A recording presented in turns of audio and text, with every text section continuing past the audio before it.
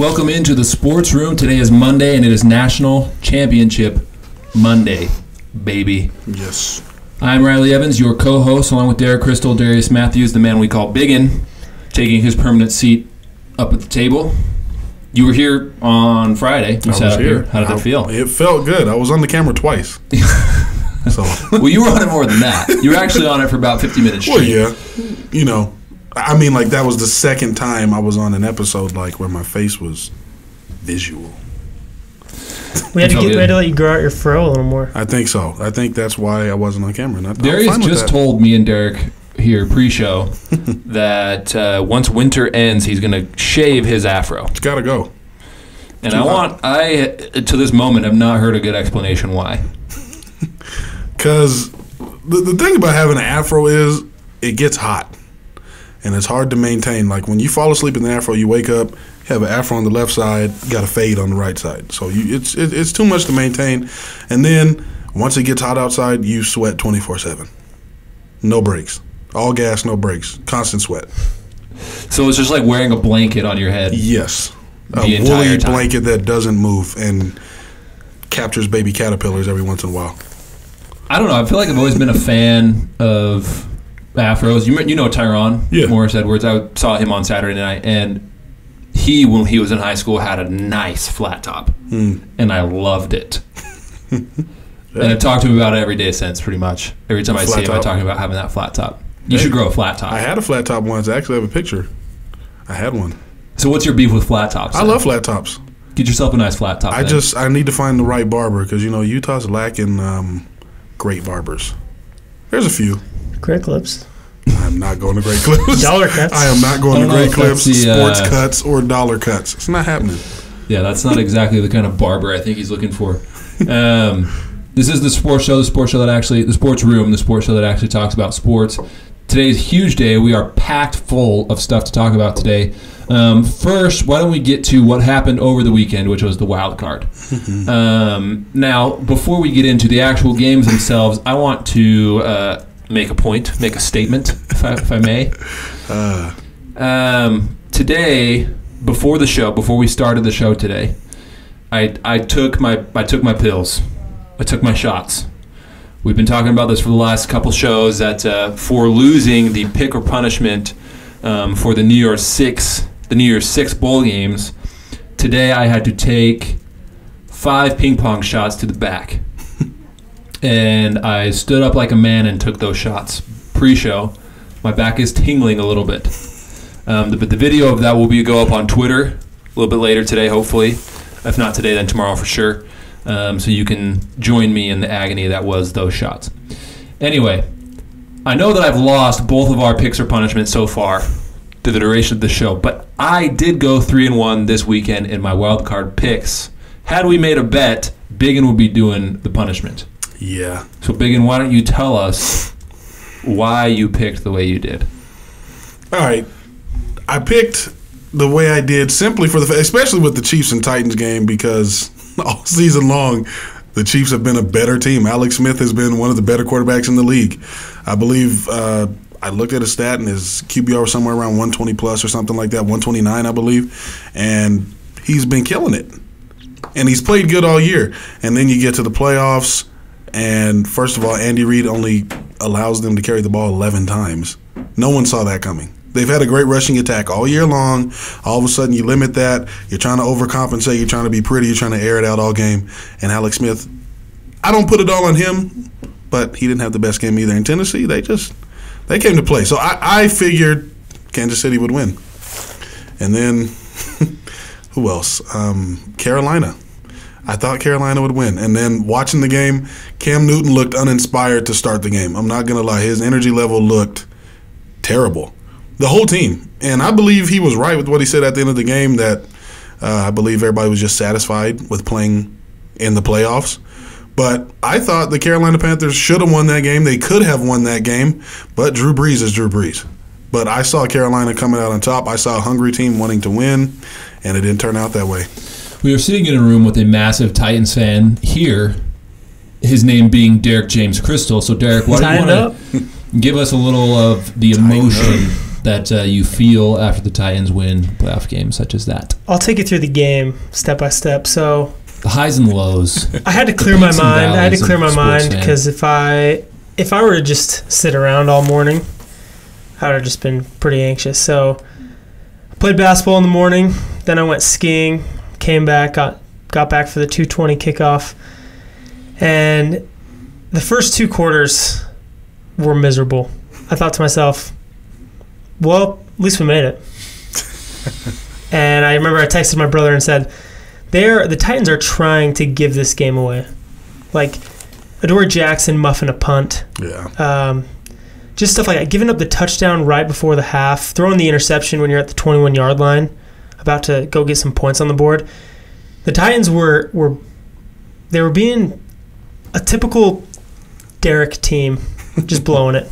That's how I refer to it. Third quarter came around, started making some progress back. Mariota threw a touchdown pass to himself. Ecstatic about that. Oh, yeah. You refer to it as the Kobe Bryant of football plays. Kobe Bryant.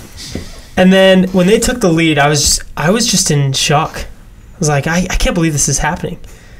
And I started thinking, like, what am I going to tweet out? Like, how's this going to work? As long as they blow it. And then Mariota handed the ball to Derrick Henry, made a great block, and the Titans sealed it up. After, by the way, the announcer, you hear his voice crack? It's hilarious. Absolutely hilarious. Those are some of my favorite things to listen to. That was classic. Those are so, yeah. And when that happened, his voice was cracking, and I was not laughing. But the second that it got called back, I rewinded it and listened to his voice crack like 5 times. Go Titans, baby. Bring on the Pats. Marcus Mariota officially showing up in the box score under receiving as 1 catch, 6 yards, and 1 touchdown. 1 touchdown. And that was a pass thrown by himself. I want to echo what Biggen said a little bit. I know, Derek, you're going to refute this point, and I hope you do so with all the passion in your body. The Chiefs lost this game. Yeah. They lost this game. They had an 18-point lead at halftime. Mm-hmm. Everything was in control. They ran the ball 6 times in the first quarter and then only 5 the rest of the entire game. I mean, Kareem Hunt was averaging about 4 yards a carry. Yeah. I mean, that's pretty good. I mean, that's... Keep chugging. You know, you run it twice and then you have 3rd and 2 every time. But basically is what that stat tells me. Kareem Hunt did score a touchdown. But look, if you look at Alex Smith's stat line, for example, you see pictured there all of the doubts that people have about him. 24 for 33 for only 264, 8-yard average, 2 touchdowns, QBR 45.2. No mistakes, didn't throw any picks, didn't fumble at all. He just played exactly within himself. And during the regular season, you can win a lot of games with a quarterback who plays like that. Mm-hmm. But when you get to the playoffs, and this is the knock, this is what has been the knock on Alex Smith for a long time. When you get to the playoffs, quarterbacks have to be superhuman. Have to be. Okay, this is what we saw. We saw Drew Brees do it. We saw Matt Ryan do it. That's why when you want to win in the playoffs, we've seen Tom Brady do it for years and years. This is something that Peyton struggled to do for a long time. Right. When you get into the playoffs, quarterbacks they can no longer just play within themselves. They have to play better than what they're used to playing. And Alex Smith could not do that. And where that was evident was in the second half when they're trying to kill off this game. All they needed were first downs, that's it. And he couldn't get them. Couldn't do it. He couldn't get them. They weren't running it. You know, to Alex Smith's credit, he wasn't getting any help from the play calling. They were not running the ball. They weren't wasting any time, killing any clock. But that's the big knock on it, is that whenever you get in a game like this, when you can't just throw it 4 yards downfield every time, what's going to happen? And this is what has happened to him consistently throughout his career. And so, Alex Smith, there's a lot of speculation before the game about whether or not this would be his last game as a Chief. And I'm starting to think it probably will be. I don't know how he can come back to Kansas City from something like this. Not because he's not good enough, but because the fans, I think, they're going to kill him. Are going to kill him. Yeah. And I mean, they drafted Patrick Mahomes. He played the last game of the regular season and played pretty well, I thought. I think a lot of them are going to be screaming for him to be on the field. And so I don't know if Alex Smith will be back in Kansas City next year. When you can't lose 6 straight playoff games at home, you can't do that. You can't do that as an elite quarterback or as a so-called elite quarterback. At some point, you have to step up. And Alex Smith needs to be more than superhuman. He needs to be superhuman. He needs to be Superman, the Incredible Hulk, Thor, all those guys in one. He's got to be. Also, take into account the fact that the Chiefs were playing without Eric Berry, who got hurt in the first week of the season. Whenever they get hurt early on in the season, by this time of the year, you tend to forget about it. But he's the unchallenged emotional leader of that team, vocal leader of the team, obviously of the defense. He's one of the best safeties in the league. Not having him, I think, did hurt them. Well, then they traded away Dontari Poe, too, and you see that he was missing big time in this game. Huge. Derrick Henry had 150-something rushing yards, I believe. But you also have, the Titans, in the second half, the Titans had the ball for 19 minutes, and the Chiefs had the ball for 10 minutes and 56 seconds. Possession. Yeah. So, the Titans, yes, the Chiefs, I would agree, lost that game, but the Titans made some adjustments at halftime to play their game, and they went down and they had 4 consecutive scoring drives to get them back on top of that. Right. The Titans had 23 total first downs in the game. The Chiefs had 19. Obviously, not a huge discrepancy there. I'd love to see those broken up into half. How many they got each half. But other than that, look, the Titans had the edge in total yards. And rushing yards was a huge disparity. The Titans had 202 rushing yards, and the Chiefs had 69. And like I've said, that might be due in large part to the fact that they only ran it like 12 times, 11 or 12 times. But the rushing attack for the Titans, DeMarco Murray did not play in this game. Right. It was all Heisman winner Derrick Henry getting the job done. I had doubts about him coming into the league, and I feel like he's answered those doubts, at least from my point of view. I think he is as good of a running back as we're going to see for the next few years. Is it just me, or does it look like he's not running very hard? He's like, it's like what was that guy's name? Played for Ohio State, the quarterback, now plays wide receiver, Terrell Pryor. When you see him run, it's like he's running in slow motion, but he's pulling away from everybody. He just looks smooth. He just looks like he's taking his time, and then he had a play where he broke like 4 or 5 tackles. Yeah. And I was like, are they even, how are they not tackling him? He just looked like he was just like slipping through. He weighs 240 pounds. You're tackling an ox running down the field. That's crazy. That's a big dude. That's scary. The Chiefs in that game had no turnovers, and that's exactly what I'm talking about, is that when you get in a situation like this, you can't just not lose. Right. You can't just play to not lose. You have to go out and win a game. Hashtag Trent Dilfer. You cannot lose games and expect to win.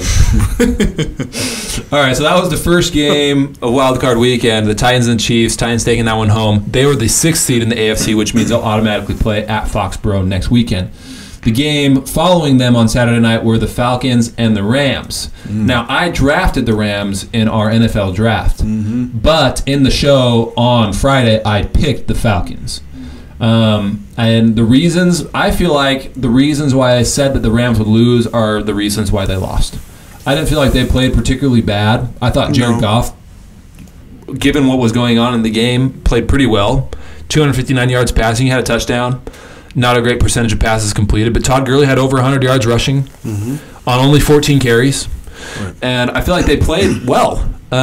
It's just the youth. It's learning how to win in the playoffs is completely different than winning in the regular season. And as we've seen, some guys never learn the difference. Right. Some guys never learn how to win in the playoffs. And for teams like them, you usually have to learn to lose before you can learn to win. And I feel like that's what happened to the Rams this weekend. I absolutely agree. You saw the youth out there on the field. They were young, inexperienced. And though they did play good, you saw some of those, I wouldn't say rookie mistakes, but young gun mistakes.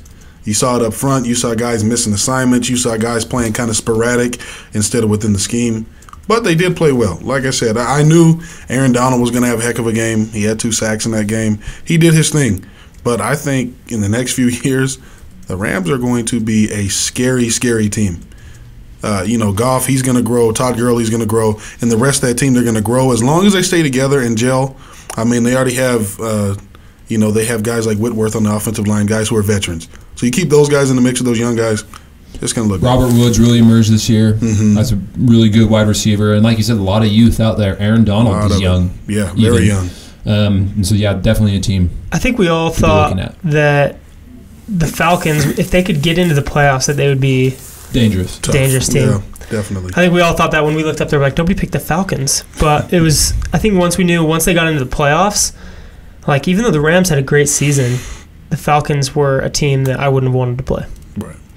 Yeah, I mean, with the experience that they had coming back, returning from the Super Bowl team, and obviously when you have a quarterback like Matt Ryan who won the MVP last year, I mean, he's a good quarterback. Mm-hmm. He's won the NFC now, and he's been to a Super Bowl. He's a good quarterback, and anytime you're facing a quarterback of his caliber in the playoffs, you always run a pretty big risk. And the Rams have a good defense. Yeah. They do. I mean, Wade Phillips is a defensive coordinator. He was a defensive coordinator for the Broncos when they had that great defense in 2015. Mm-hmm.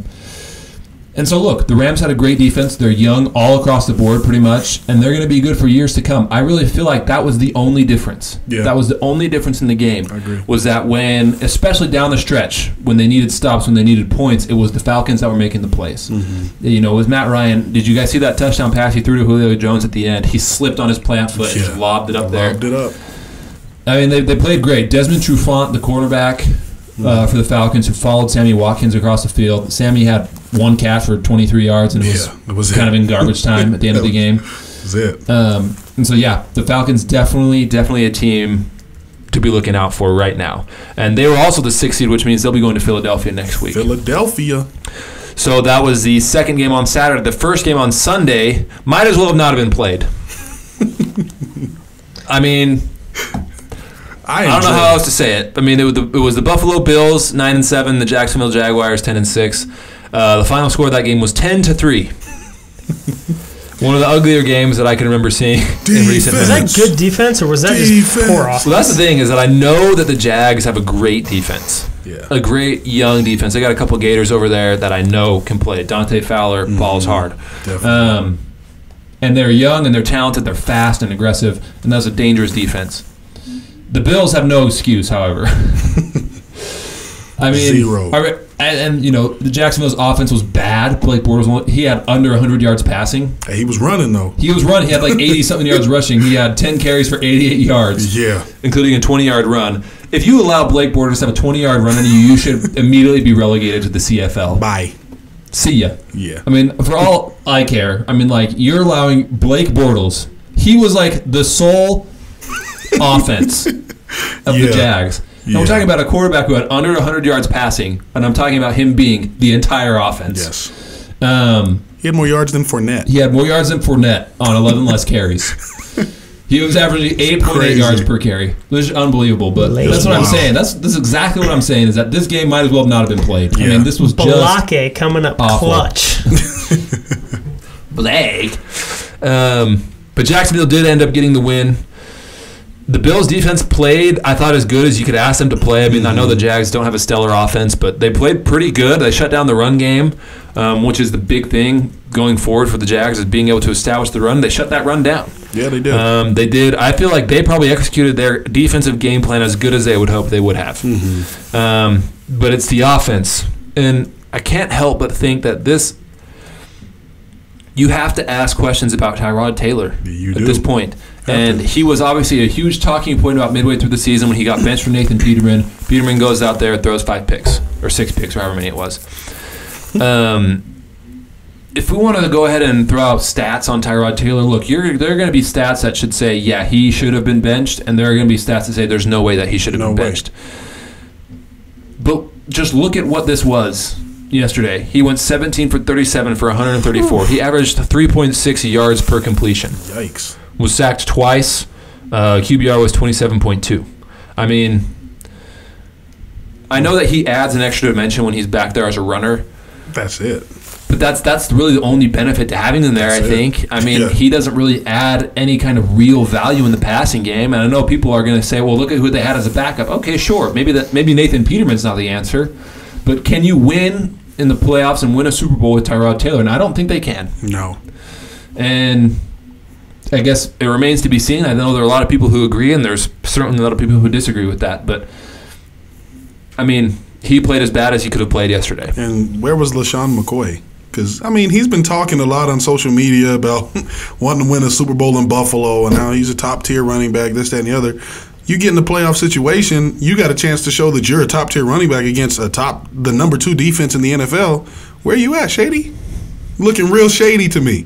19 carries, 75 yards. There, but not really present, I would say. That was out just of sight, out of mind. Not fun game. It was awful to watch. I think it showed like the Jazz are also in trouble. The Jags, I think, are going to be in trouble going to Pittsburgh. I mean, I think the Bills they're a defensively minded team, but I think the Steelers are tougher defensively. Right. I think they're grittier. Yeah. And can Jalen Ramsey really cover Antonio Brown across the whole field? That's the question. That is the question. Jalen Ramsey, look, he's a Knoll. He went to Florida State. Yeah. I can't stand him. But he's a very, very good corner. He's good. He is very talented, fast, and I love his attitude that he plays with. Tough. And I agree with Derek. Look, they beat Pittsburgh in Pittsburgh earlier this year, if I'm not mistaken. Ben Roethlisberger threw 5 picks. 5 picks. That's not going to happen again. No. Ben Roethlisberger's not going to throw 5 interceptions. They're not going to get as many possessions as they did this last time. And if you can only muster up 3 points, on the 9-7 Bills. Yeah, it's just not going to happen for you. Well, it's like what Bill Cowher said yesterday. You cannot beat the Pittsburgh Steelers unless you're putting up at least 28 points in this football game. And with the way Blake Bortles played, they're not going to put up 28 points. And if Leonard Fournette cannot establish his run game and get his rhythm down, and you can't get Marquise Lee open and Mercedes Lewis open, if you can't utilize the weapons you do have against the Bills, how are you going to do that against a sneaky Pittsburgh defense? With a better pass rush, right? I much think, better than the Bills have. Much better. And certainly is a question that remains to be answered. Would you guys rather watch that game over again, or would you rather watch a 10-minute video or a 10-hour-long video of Voldemort laughing over and over again? Oh. Because that video does exist on YouTube. What? There is a 10-hour-long video of Lord Voldemort from the Harry Potter movies just laugh, like this 1-2-second clip of him laughing over and over again for 10 hours. Would you rather watch that or watch that game over again? Bills, Jags. I'm definitely watching the game over again. I can't do that.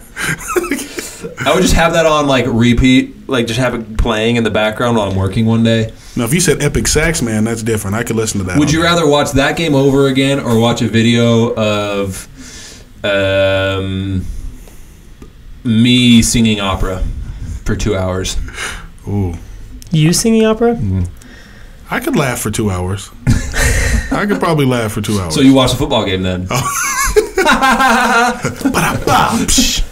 All right, so that was the second to last game of Wildcard Weekend. The last game was Panthers-Saints. Your boy. Biggen picked Cam and the Panthers. They lose 26-31 in New Orleans to the Saints. Was closer than I thought it was going to be. I mean, I thought the Saints would handle this game, and for a large part of the game, they did handle it, but they definitely had me holding my breath at the end.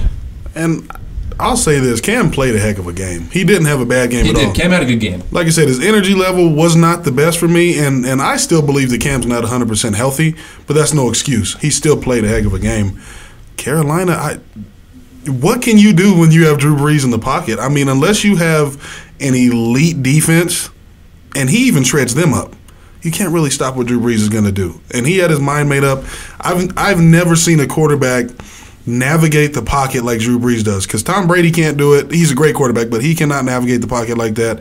Peyton Manning never could. Brett Favre was close, but Drew Brees navigates the pocket like no other man. You got 4 D linemen coming at you, and you're dodging right, left, stepping out of the pocket, holding the ball, touchdown. How does that work? Magical. Mm-hmm. My only beef with Cam in this game is, you know, when he got poked in the eye. Oh yeah, and he poked fell in the eye. So I was like, oh, he might be concussed. And he runs over to the sideline, but right before he gets to the sideline, he goes down like he had a concussion, like he couldn't keep his balance. A little bit, yeah. They did buckle. And then afterwards, they're saying he just got hit in the eye. You couldn't make it 2 more yards. You couldn't make it 2 more yards off the field. He could have made it. Yeah, ridiculous. I mean, yeah, it doesn't matter. I mean, that's my guy. But look, it's not right. No, he should. If he was concussed, which it certainly looked like he was, he should not have re-entered the game. But at the same time, I don't blame Ron Rivera for doing it. You're trying to win a game. Your backup's not going to win for you. But yeah, I've said I've been on record on this show saying that I think Derek Anderson is one of the best backups in the league, but you're not winning that game with him. No, you're just not. And you put in all this work all season long that culminates to this moment, and you're not going to put your quarterback back in the game. I don't blame him at all. But he should not have gone back in the game, I don't think. How about Cam Jordan? Yes, he had an incredible especially game. Down the stretch. He had a couple sacks at the end of the game that really saved the Saints. Whoa. D linemen win games. Remember that. In the trenches, that pass rush. Yes. One thing that I will say, in the Super Bowl. Yes. I've been high on the Saints since we did our draft. Every time we've talked about the NFL on this show, I've been high on the Saints. I thought that the Saints, once Carson Wentz went down, I thought they would for sure come out of the NFC. And the reasons why I thought that also were demonstrated in that game is that all these teams left in the NFC have two things in common. They've got great defenses, and they've got a good running game. And so what's going to happen when the great defense counteracts the great running game? It's going to be up to the quarterback. And the only quarterback in the NFC, now that Cam's out especially, worth his salt, I guess Matt Ryan, but Drew Brees. Drew Brees. He is the great equalizer. Yeah. Everything that goes wrong in the running game and on defense, Drew Brees makes up for it.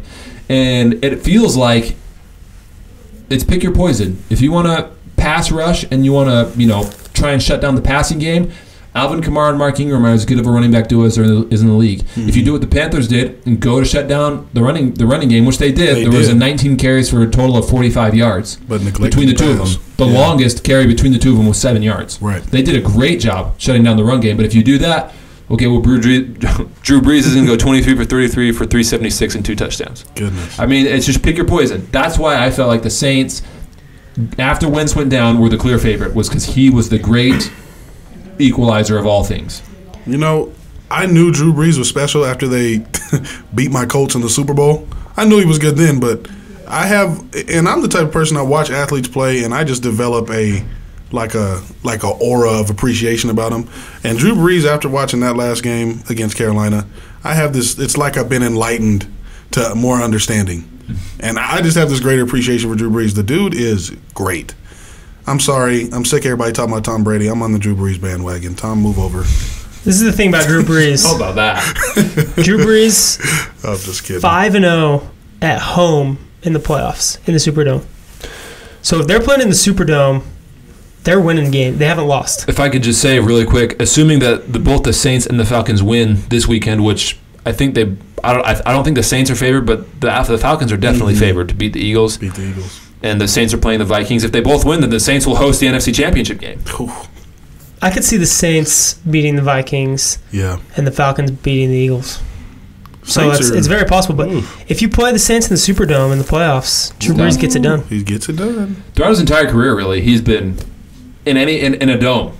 He's been great. And that's what the Vikings have. They have a dome. A dome. And so it's definitely going to be interesting to see what happens there. We'll talk more about the divisional round games on Friday. We'll make picks for those games as well. I'm trying to decide in my mind right now if I want to do picks or punishment. I don't know if I want to, because every time we do that, it automatically means that I lose and have to humiliate myself in some way. So I'll stew on that for a little while to see if we're going to do picks or punishment for the divisional round. Anyway, that wraps up the NFL for this weekend. Again, the winners were Tennessee, Atlanta, Jacksonville, and New Orleans, all moving on to the next round of the playoffs. This is the Sports Room, the sports show that actually talks about sports. Moving on, I probably have gotten that line right twice. 4 times. Of the whole time we've been doing this show, I've correctly said that line right all the way through twice. How long did it take Michael Jordan to get a ring? This is the Sports Room, the sports show that actually talks about sports 3 times now. Takes time. Tonight, as we sit recording this, it's 4:45 p.m. Mountain Standard Time, which is 6:45 Eastern Standard Time.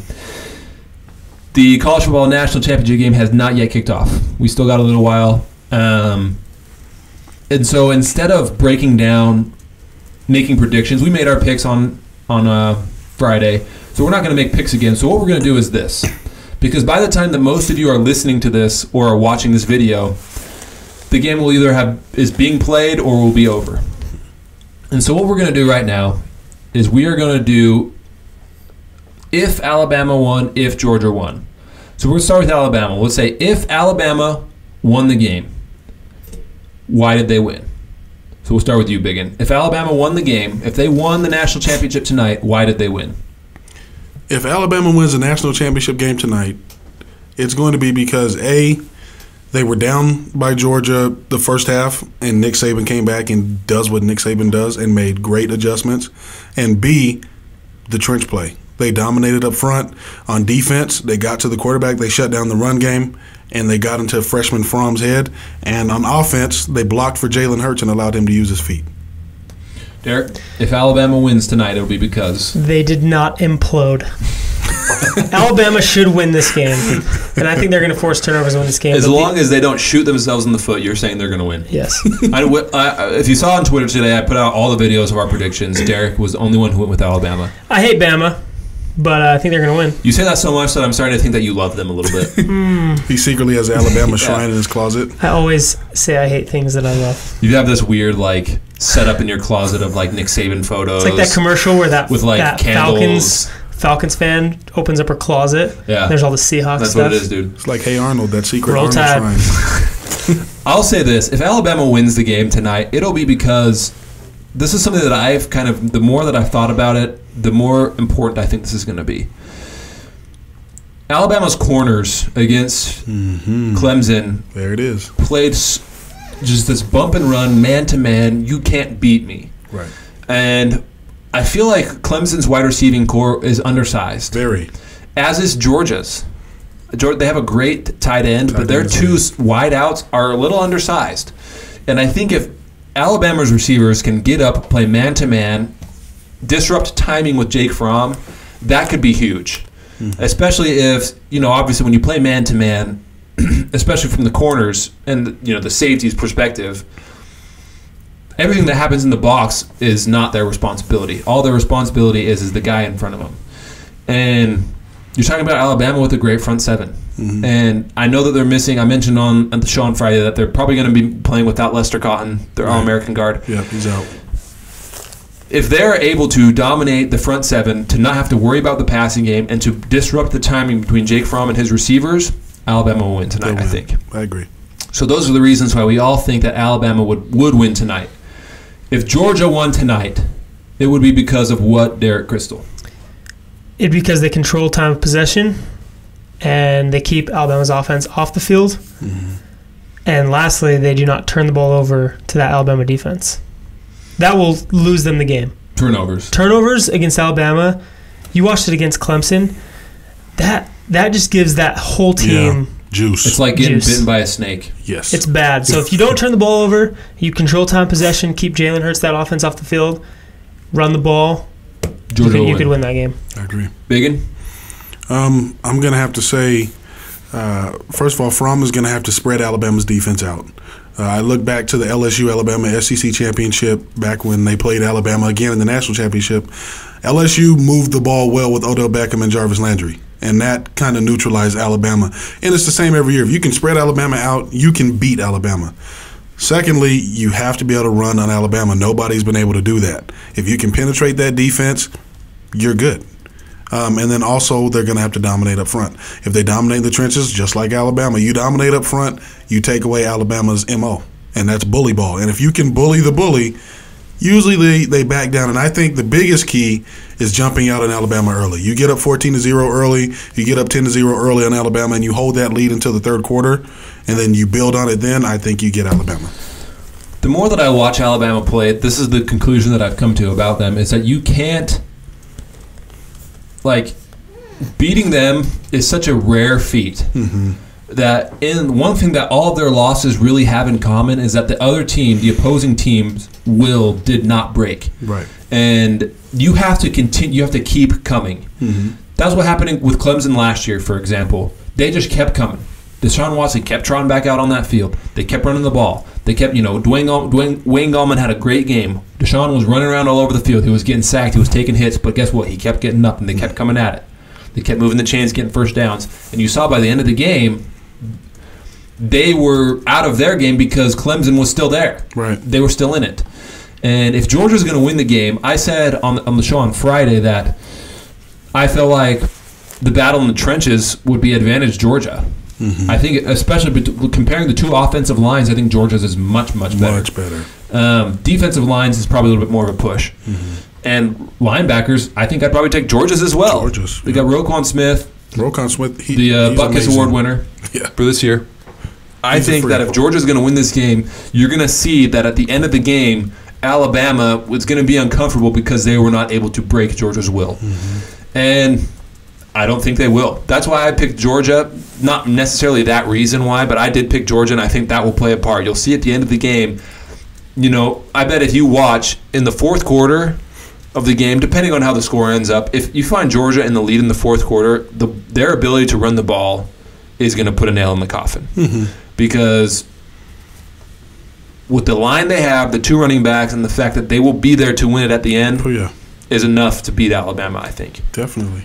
Last comments about that, either of you guys? I say you can't forget about Coach Kirby Smart either. Now, a lot of people don't realize, Nick Saban's 11-0 against assistants.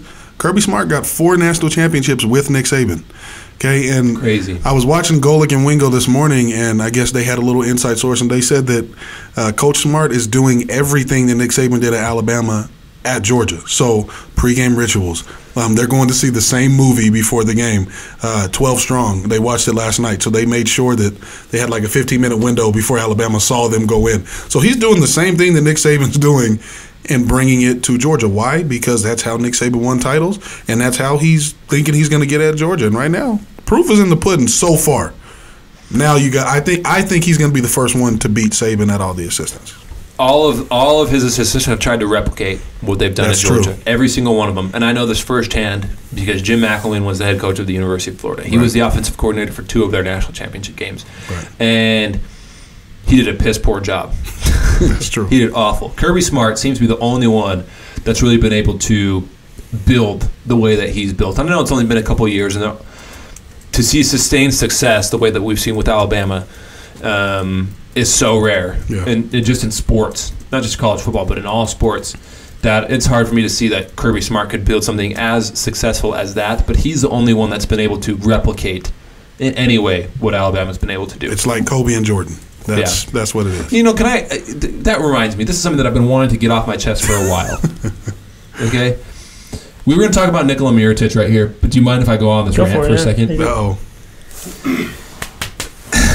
Listen, what Alabama is doing is absolute greatness. Mm-hmm. We are watching this unfold before our eyes. Yeah. We are seeing a team that's so dominant that when they're not playing in a national championship game, it's a failure. Yeah. It's a failure for them. If they're not in the finals, if they're not playing for the title, it's a failure. Mm-hmm. And we're almost to a point where if they don't win the title, they get mocked and ridiculed. Right. Because they didn't win the title, let alone the fact that they, just won the Sugar Bowl and are playing in their 3rd straight national championship game. Right. If they don't win, that's the expectation that we hold for them. We felt that we kind of feel the same way about the Patriots. I'm guilty of it. Okay, we felt the same way about the Lakers when they did it. Mm-hmm. How many of us, okay, we're a younger generation right here. Right. We're millennials. Okay, I'm 25, you're 26, you're 23. Mm-hmm. I'm 25 still. Oh, you're 25, sorry. Your birthday's in February, easy, though, right? Bud. Yeah. Okay. We're all young, okay? So we didn't watch vintage Jordan. Right. We were born in 92, okay, his 2nd championship. Mm-hmm. We did not watch the Showtime Lakers. We did not watch the Celtics in the 80s either. Right. Okay, we missed all these. But yet we as a generation will look back on those teams with nostalgia. Mm-hmm.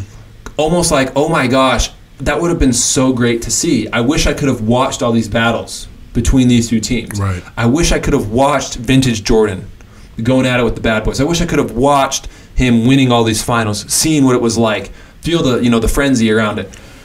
Same thing, with the Steelers and stuff like that. They won 4 Super Bowls with Terry Bradshaw, with Lynn Swann.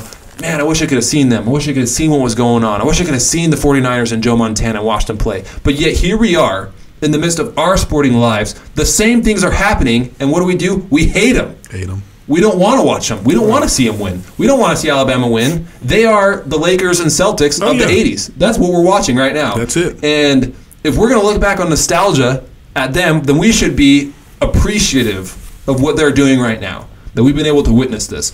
And I don't like the Patriots. Like I said, I'm guilty of this. Right. But what they're doing is nothing short of greatness. And it's a privilege to watch. It really has been. The way that they have redefined winning in the NFL. Mm-hmm. What is a successful quarterback? What is a successful coach? How to play team defense. How to not rely on one player. How to, build this franchise the way it is. And yet we trash them all the time. We hate them. We constantly look for reasons why they've cheated and everything like that. we just appreciate the greatness of them? Oh, yeah, definitely. Can we just appreciate the greatness of Alabama? I know you hate them. You want to see somebody else in there. I get it. Right. Okay? But what they're doing, this is Celtics-Lakers territory. This is Shaq and Kobe Lakers territory. Mm-hmm. This is all-time sports great dynasties, and we are not appreciating it the way that we should. Thank you for letting me get that off my chest. Amen, brother. All right. This is the Sports Room, the sports show that actually talks about sports. Did you want to say something about that? No. You looked several times at me like you were going to... I was intently listening, and I was /zoned out, but in my defense, a car accident gave me a little woozy this weekend, so been a little shell-shocked. No, but I agree with you, but I think it's just how it is when you're not a fan of that team. Mm-hmm. My dad told me multiple times he would root against Michael Jordan.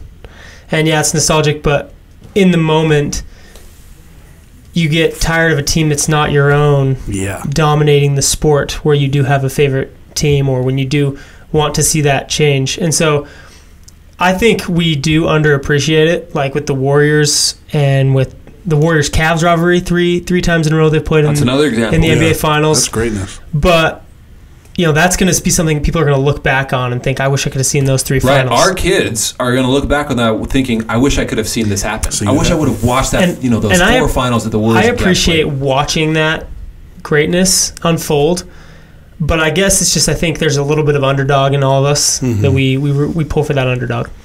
And in this case, it's a literal dog, a bulldog. And that's honestly, and I'll keep it quick. I'm sorry, but that just reminded me when you said nostalgia. That's the reason I'm a huge Shaq fan today, because I was a kid and I watched the Lakers three-peat, but I watched this guy go out and dominate every night, and I was like, that's what it means to be great. And the same thing with Serena Williams. I watched her dominate her whole career, and I'm just like, wow, that's incredible to watch. So to be frank, let's not hate greatness. Let's not hate it. Unless they left their team to join the Warriors, Kevin Durant. Hey. That's the only excuse right there, I think. LeBron. No, I'm sorry. Yeah. Anyway. This is the Sports Room, the sports show that actually talks about sports. Let's get it wrapped up here, gentlemen. I believe we're on about 45 minutes. One thing I do want to do right now before we end is I want to announce the creation of a new Sports Room tradition. And that is what we're dubbing the Wall of Champions. And it's going to go right there behind the camera. You can't see it right now. But what we're going to do is we're going to put the current champion of each sport in a little square up there. And whenever each one changes, we'll have a little ceremony when we'll change it over. And so the reason why we're starting this now is because tonight a new national champion will be crowned in college football. Yeah. And so hopefully on the Friday show, we will have set up a Wall of Champions right here. We'll do our first changing of the guard, basically, ceremony, putting a new champion on the wall, and that will be on YouTube, that will be on Twitter, on Instagram. IG. And that'll be a tradition that we'll do every time a new champion is crowned in any sport, men or women. Mm-hmm. So look forward to that. I'm ready. Last comments. Derek mentioned that he got in a car accident this week. Yeah, this weekend got in a car R.I.P. accident. Derek. Yeah. Car's probably totaled, but that's all right. I just wanted to say that Nikola Mirotic wants to come to the Jazz. Which is rare. I don't care. Anybody wants to come to the Jazz. I don't care who it is. Rare like a steak. The fact that he wanted to come to the Jazz, you are more than welcome, Nikola. Come join us. Our arms are open. Our arms are open. It's the greatest snow on earth. Our arms are open in benevolence. Come join us. And I will say this, quick stat. He's averaging 17.4 points a game. Right now, that would be second on the Jazz behind Donovan Mitchell. He would be much better than Derek Favors. So let's not hate. Let's appreciate. See how that was dumb? You want to have a final word? Are you saying replace Favors with Mirotic? No, that's not what I was saying. I think somebody is better suited for the NBA today than Favors is. I love Favors. I won't say that. I'm a Favors guy. I'm just saying somebody that's averaging 17.4 points a game. Let's give him a chance. Yeah, give him a shot. I feel you on that. Huh? Thank you for watching the Sports Room today. You can download this podcast on iTunes. Just search the Sports Room. You can follow us on Twitter at _the Sports Room _ That's also our handle on Instagram. Darius manages the Instagram all by himself. You can also contact us. Write us an email. I promise if you write us an email, we will write you back. 100% guarantee. Our email is thesportsroomtalkshow@gmail.com. No underscores, no capitals. Thesportsroomtalkshow@gmail.com. Let us know how you feel about the show. Last words? All right. See you guys.